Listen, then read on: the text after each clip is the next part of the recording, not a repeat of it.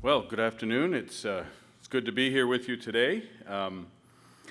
Most of my consulting practice relates to economic development, so I've spent over 20 years working with communities on how to grow a sustainable economic foundation in their communities. And in the last sort of 10 years or so, increasingly that has become about labor markets. As we age, as the boomer population heads into retirement, we're starting to see labor shortages across the country in communities large and small. And so immigration is a natural way to help us address our talent shortage in our communities.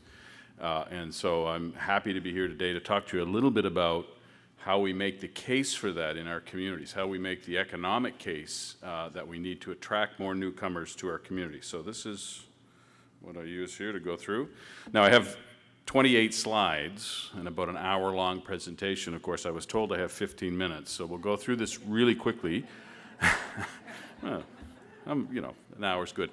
But what I'll say is we're going to go through these numbers really quick, but you can have a copy of this deck if you want, so don't feel you have to write down any numbers that you see. Okay, so where are immigrants settling in Canada? Well, there are about 150 urban centers in Canada, so that's census agglomeration and census metropolitan areas across the country. They range in size from very small. Elliott Lake only has about 11,000, but it's still classified as an urban center. And Toronto is the largest urban center with a population of 6.3 million. Only 6 of these urban centers are actually, let's say, large in the sense that they have over 1 million population. Only 22 actually only have more than 200,000. So most of the urban centers across Canada are quite small. 88 of them, probably many of the lips in this room cover those areas, have less than 50,000 residents. So we really are talking about a lot of relatively small urban centers across the country. So where are immigrants settling? Well, in 2008, just a little over a decade ago, there were only 18 urban centers with an annual immigration rate of 100 per 10,000 population. So that's about 1% of the population every year coming in via immigration. In 2018, last year, there were 41. In just the past 5 years, 83 urban centers have witnessed an annual immigration rate increase of at least 50%. So this is happening. We're seeing immigrants now distributed much more widely across the country. There's still urban centers that attract very little, but for the most part, many, many urban centers, it's not just Montreal, Toronto, Vancouver anymore, and it's not just London and Ottawa either.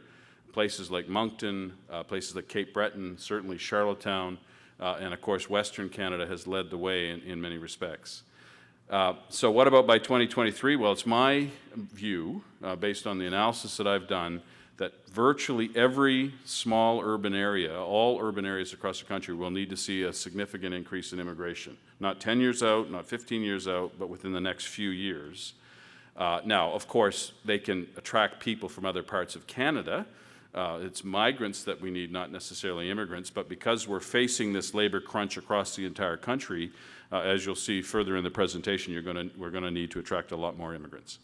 Okay, so again, going through this very, very quick. So for a number of years, Toronto's immigrant numbers were going down, and they were being picked up in the rest of the country, and then Toronto got a little angry, and I'm sure that wasn't deliberate policy, but in the last couple of years, the immigrant numbers have gone way up again in Toronto. And that's putting pressure on the national government to raise the overall target for the entire country. If the large urban centers want to continue to maintain a high rate of immigration, then we're going to have to raise the overall number for the entire country. Okay, so in terms of the demographic realities, so 53 of those 150 municipalities or urban centers, 53 of the urban centers have 150 people aged 60 and older for every 100 under the age of 20. So this statistic is just showing you that demographic balance that I'm talking about. So as people leave the workforce, you don't have enough coming into the workforce, and virtually, unless you're Fort McMurray and some small western communities, that's the case across the entire country.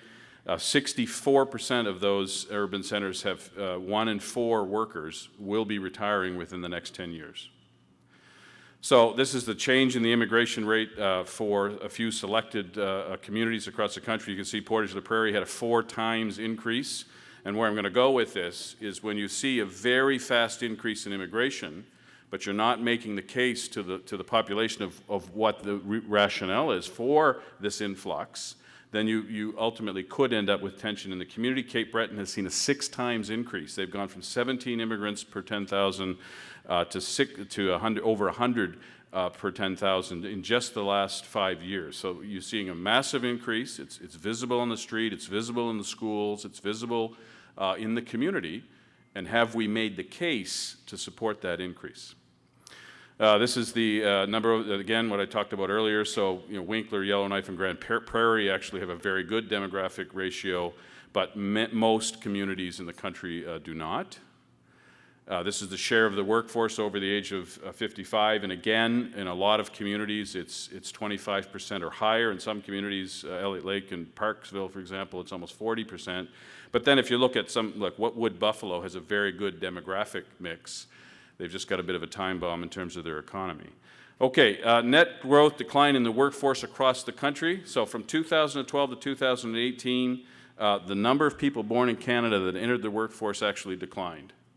So we talk about 1 million new jobs. That's what the government talked about, the 1 million new jobs since in their mandate. Almost all of that net growth in the labor market has come from landed immigrants, and the other source here is temporary foreign workers. So the born in Canada has actually gone down.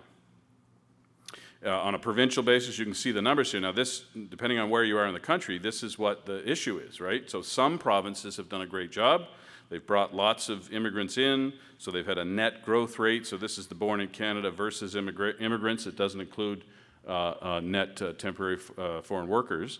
But you can see the difference, right, in terms of the British Columbia, very positive net change, Alberta, very positive, Ontario, Quebec, but at New Brunswick, Nova Scotia, and Newfoundland actually negative. And of course, PEI has done very, very well. There's been quite a bit of out-migration among immigrants into PEI, but enough have stayed that they've actually arrested their demographic challenge.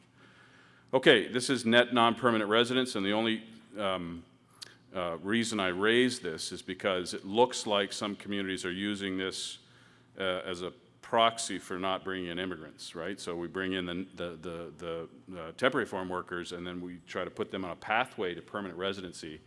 But if workers are coming in for very temporary seasonal jobs, then we should look at that as a temporary job. But if we want to bring people in for permanent year-round jobs, we should be bringing them in the old-fashioned way.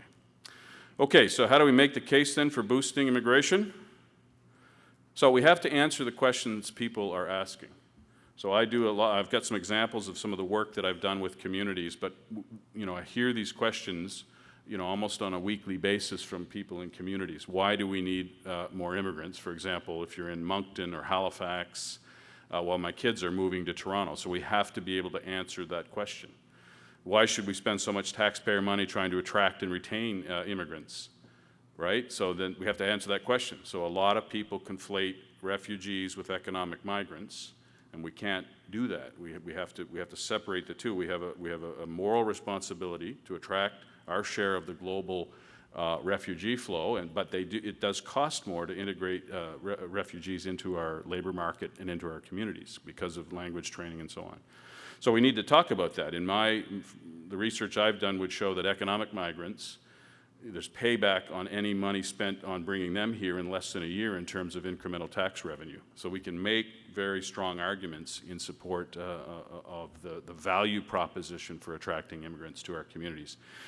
Another one might be, shouldn't we be worried about cultural compatibility? And so particularly in smaller communities that have no real history of recent immigration, this question comes up a lot, and we have to have an answer to that question. So what not to do? Well, we shouldn't assume that everybody that has questions about immigration is a racist. This is a product of our modern social media culture. This is a product of Twitter and the fact that people love to take shots at each other. But just because somebody has maybe a legitimate question, well, why do we need immigrants when my kids are leaving? That doesn't make them a racist. So let's have a good, honest dialogue with people, understand what the issues are, what the concerns are, and have fact-based arguments.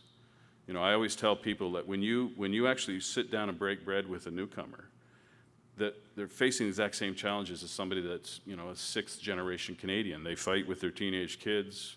They struggle to make their monthly budget. I mean, it's exact same challenges. And they're just like people that are born in Canada or people that are multi-generation Canadian. Don't talk down to people because they view the world differently than you, right? So this is another product I think it's been exacerbated in the modern time. Just because somebody believes something that I don't believe, somehow they're inferior to me.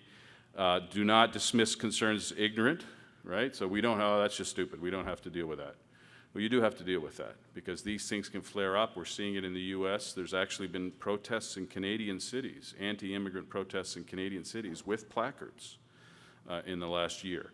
So we have to, we can't just dismiss this issue. We have to address it head on.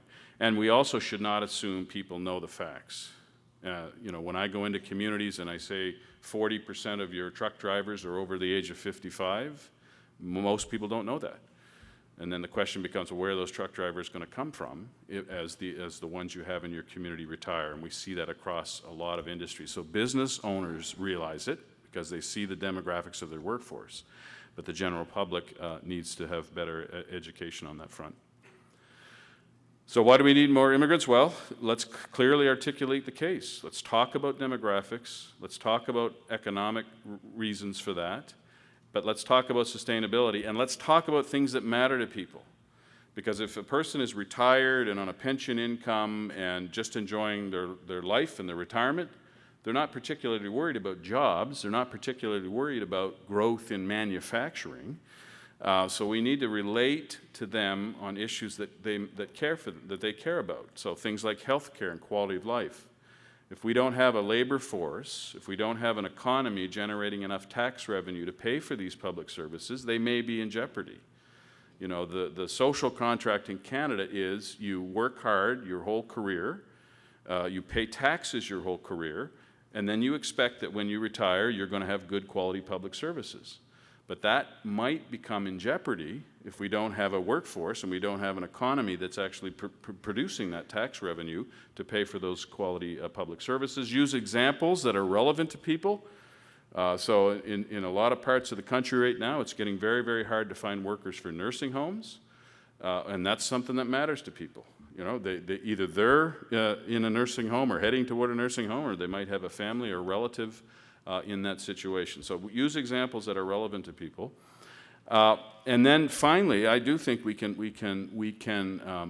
talk to people's sense of the future. What kind of community do they want to leave for the next generation? So I go into small rural communities that are close to dying. In terms of if you just look at the industry that has left, if you look at the structure of the economy, it's incredibly weak. And it's at this tipping point now with a very aging population. So we want to also appeal to people to say that, do you want your community in 50 years to exist, to continue to provide good quality service, to be continuing to provide and build up this shared culture and this shared history together? And if we do, we have to figure out the demographic challenge. Why should taxpayers spend money on immigration? Just quickly, well, as I said before, we need to show that clear return on investment from increased tax revenue. Yes, it does cost some money for settlement services. Yes, it does cost some time and effort of community leaders, of governments. But at the end of the day, I think there's a clear economic case for attracting immigrants to our community. And this issue of immigrants being a burden on public services, you can go down the list, whether it's social assistance or employment insurance or even health care, immigrants tend to use those services less. What about cultural compatibility? Again, this is not my area of expertise. The other members of the panel have much more expertise in that area, but I do think it's more about storytelling. It's more about just communicating to people on a narrative basis that other cultures come, that Canada has been very, very good at bringing different cultures together and having communities made up of multi-ethnic communities. So I think we just need to be able to tell those stories and be very clear. And then we need to find places and spaces for immigrants to get to know the local or the native born in Canada population. Okay, so 2 quick examples in my last 30 seconds. So I'm doing work with IRCC, something called Immigration Matters. So these are profiles you can find online. They just make a very quick case for, we've got 20-some communities already. We're doing another 20.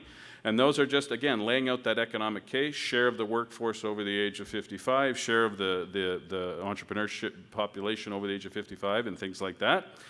And then the other one I want to show you is this New Conversations tour that we did last year with the Multicultural Council.